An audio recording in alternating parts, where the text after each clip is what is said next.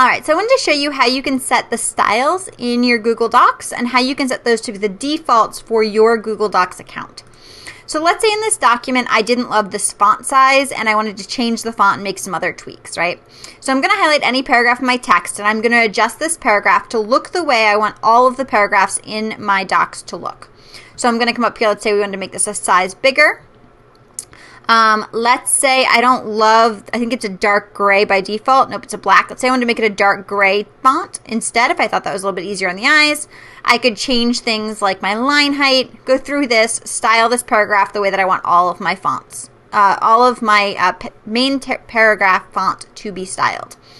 Then I can come up here to format and I can come down to paragraph styles, normal text, and I hit update normal text to match. And what that'll do is it'll take anything in the document that is currently styled as normal text and it'll make it styled the way my paragraph is. So I'm going to click on update normal styles to match and you can see now all of the font down here has been adjusted to match. Once you've set styles, if you find that there is a chunk of your text that is in the wrong style, you can highlight it, come over here to normal styles and click on normal text and it will adjust it to match whatever you have set to be your normal text settings. That said, I don't actually want to make that change to my text, so I'm going to change it back to the other style and show you how to do that again. So I'm going to make it 11 in my case and I'm going to make it black. And then I'm going to come up here to format and I'm going to go to paragraph styles and I'm going to go normal text and update text to match. And now the whole doc is styled the way that I like it. And then let's say I wanted this to be the default for all of my text docs anytime I start a new Google Doc. Well, for that, I'm going to come in here to format. I'm going to come into paragraph styles and I'm going to come down here to options and I'm going to save it as my default styles. And so what that'll do is it'll save all of the styles in this document to be my default styles anytime I open a new Google Doc. Let me show you why that might be useful. So in addition to setting your main font text, you can set your heading texts. And what that means is I can come in here, let's say this is my heading 2, you can see that here. I can set this to be like my brand color, for example. So I can come in here, add a custom color, use the same color that we use on the DTU website, so C9, C6, okay. And now that's in here, right, is my custom color, and it's changed my font to be that. Well, I don't love the fact that now this is a little bit harder to read, so I'm going to make it a little bit bolder, which will make it a little more readable, and I'm going to make it just a smidge bigger. Now it's a little bit easier to read, right? So I can go through my document and adjust all the bits and pieces here, all of the different heading settings. So I might even make a doc where I just have title, subtitle, heading 1, heading 2, heading 3, heading 4, all of these, and style them the way that you want them to be in all of your documents. And then update your default settings to match. And what that'll do is it'll ensure that all of your handouts, all of your Google Docs, all of the things that you present to your clients all look the same way. They're all set in the same style. They all use the same fonts. They all use the same colors. It just adds that little bit of professionalism to your documents. Adds that extra piece. So the other things that I wanted to show you here is really the benefit of using these headings.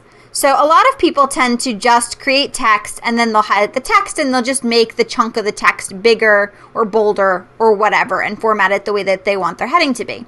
I strongly recommend instead that you actually use the heading settings up here. And so anything you want to make a heading.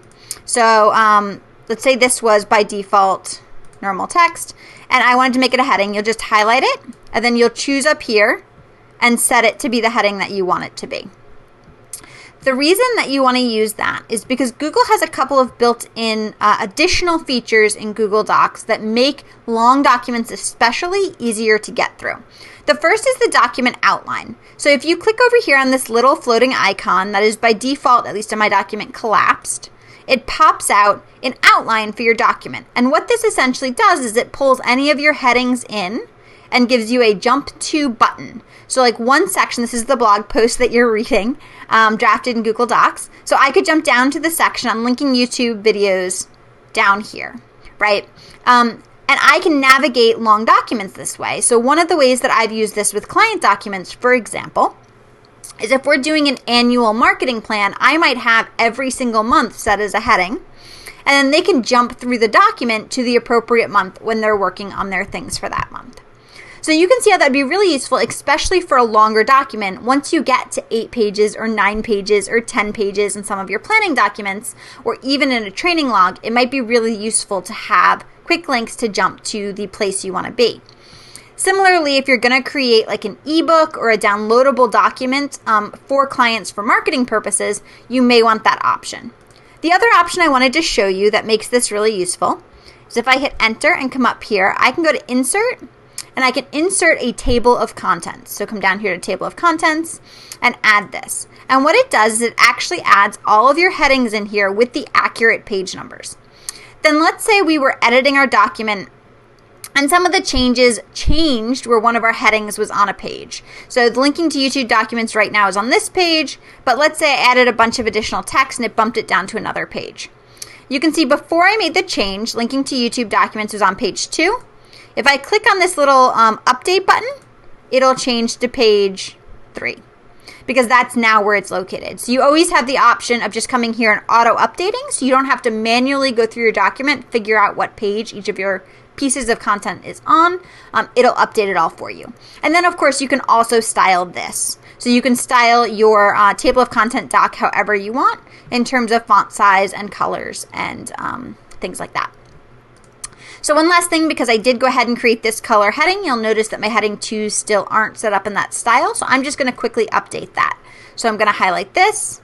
I'm going to come up to format. I'm going to come down to paragraph styles. I'm going to come to heading 2 because that's what this one is set as, and then I'll set heading 2 to match. And now you'll see if I scroll down, all of my heading 2s have been adapted to be that color, whereas my heading 3s are still in the old format. So that just shows you again how you can use that feature to quickly and easily update things throughout your document so that you end up with a document that's consistent, on brand, and works in your styles and works for your handouts or your tools or whatever you want to create with it.